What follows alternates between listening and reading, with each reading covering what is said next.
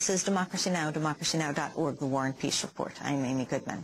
Reports out of Iraq say relative calm has returned to most cities today as fighters loyal to Shia cleric Muqtada al-Sadr have obeyed his call to stay off the streets. More than 450 people were reportedly killed since Iraqi forces launched an offensive against Sadr's Mahdi army late last month.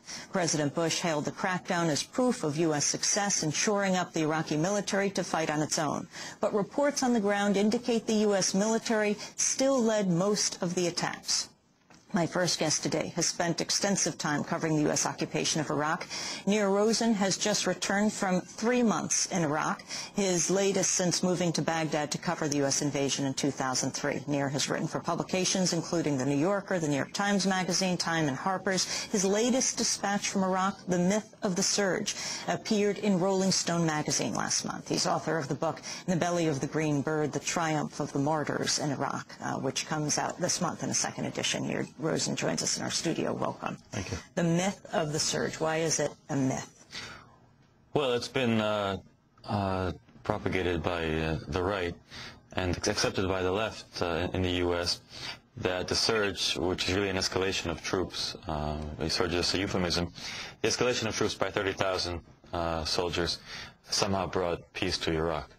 And this is just an absolute lie. Violence has subsided somewhat in Baghdad. That's true, but it's not the result of the increase in American troops directly. It's the result of a few other factors. First of all, the violence in Iraq was always goal-oriented. It was logical. Remove Sunnis from Shia areas, remove Shias from Sunni areas. That's been virtually completed.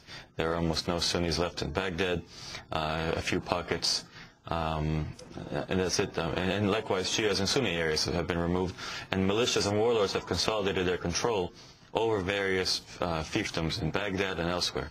So that's one reason, that there's less people to kill. The violence is down because you have less people to kill. It wasn't going to last forever. Although it's still extremely violent in Iraq, and when I was there, quite a few times there were dead bodies in front of my house, a guy shot in the head in front of my house. So it's not exactly a peaceful place. And then there are two other factors for why the violence went down. What we can call the Sunni and Shia ceasefire.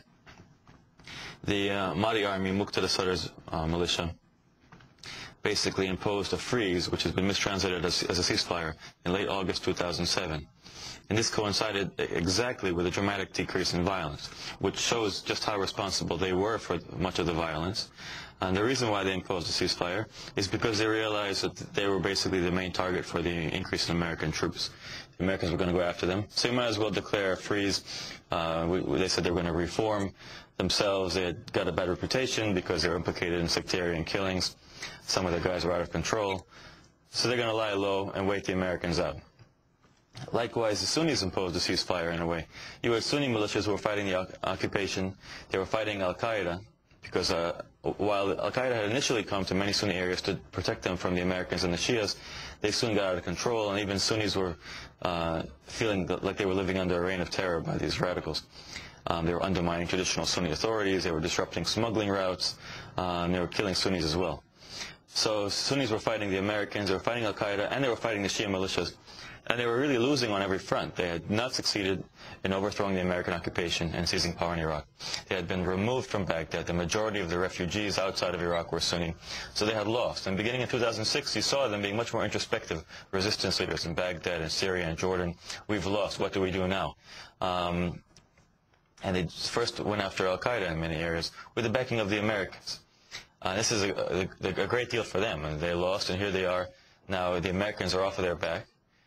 And they now control territory. They're called the awakening groups in many cases, but the Americans have called them various euphemisms: Sons of Iraq, Concerned Local Citizens, Critical Infrastructure Security, Iraqi Security Volunteers, basically former members of the resistance, what the Americans call insurgents, who have decided temporarily for a hudna, or a ceasefire, with the Americans to focus on their real enemy, the Iranians. And when they say Iranians, they mean all the Shias. When you talk to them, they say there are two occupations of Iraq, the American occupation and the Iranian occupation. To them, all Shias are basically Iranian fifth columnists, and they view the Iraqi government, to the extent that it exists, the various Shia militias, as Iranians. So we're going to fight them first, because the Americans are going to leave eventually. So you have this the Shia and Sunni ceasefire, and the decline in people to kill, the consolidation of control that we saw with various warlords and militiamen throughout Baghdad. Each neighborhood is walled off. You have a warlord or a militiaman in charge of it, which actually makes things easier as a journalist because there's a guy you can go to get a security guarantee. It also makes things easier for aid organizations like the Red Cross. They can now function as they do in Somalia, because Iraq has really become Somalia. Different warlords controlling different areas. Talk of the government is just absurd. There is no government in Iraq. It's a collection of different militias who, as we see, even fight among themselves. And we see in the recent Shia on Shia fighting, it's not the government against the Mahdi army. It's one Shia militia, the Badr organization that belongs to the Iraqi Islamic Supreme Council. Supreme Islamic Iraqi Council, it has different names, and Dawah. So basically the pro-American Shia militias, backed by the Americans, fighting the largest Shia movement in Iraq, the Sadrist movement, for control of turf, over resources, and of course over the control of the population in the upcoming elections, which may or may not happen. And in fact, perhaps we can see it as a positive development in a way, because this basically means the end of the Sunni-Shia civil war in Iraq. There's no more Shia bloc that can fight the Sunnis. In 2006, 2007, you saw Badr and the Mahdi army collaborating to expel and kill Sunnis in Baghdad. Now that's over. So now we might see cross-sectarian alliances between Sunni militias and the Mahdi army fighting the pro-American Shia militias like Badr or like Dawah. What about the money the U.S. putting into, well, groups like the so-called, well, one of its names, the Awakening? Well, the Americans like to think that the reason why the Sunni militiamen, the Sunni resistance, have stopped fighting them is because they're paying them. Because for the American point of view, it was always about money. They never understood the importance of ideology or of occupation or of resistance. So to them, people joined their resistance because they needed a job, and the resistance paid you, which is just absolutely ridiculous. I met with many of these people. Nobody joined the resistance for money. They joined because they believed there was an occupation that was threatening their lives or their country or their religion, or they didn't like the way the new government looked. So they joined the resistance to fight the American occupation, not for money. And now they joined these awakening groups, again, not for money, but because they have other interest. We're not going to fight the Americans now, we're going to fight the Iranians. Let's get the Americans off of our back. In a way, the Sunnis actually bought the Americans, because now they control territory. The same militiamen who were killing Shias, who were blowing up Americans just a few months ago, who were on the run, now control territory inside Baghdad and elsewhere, and it's become safe for Sunnis to go to those areas. Not only Sunnis from those areas, but even Sunnis who fled Shia militias and other places can now go there. So you have safe Sunni territories. From there, different Sunni groups can join, they can establish a political movement, which they're trying to do, and eventually try to retake Baghdad, or at least refight the civil war. We're talking to Nir Rosen. He is just back from Baghdad. What about what happened in Basra? A major defeat for Maliki. In fact, some rumors of him being replaced. There have been rumors of him being replaced for a while. You had a period where Democratic senators were pushing for his replacement.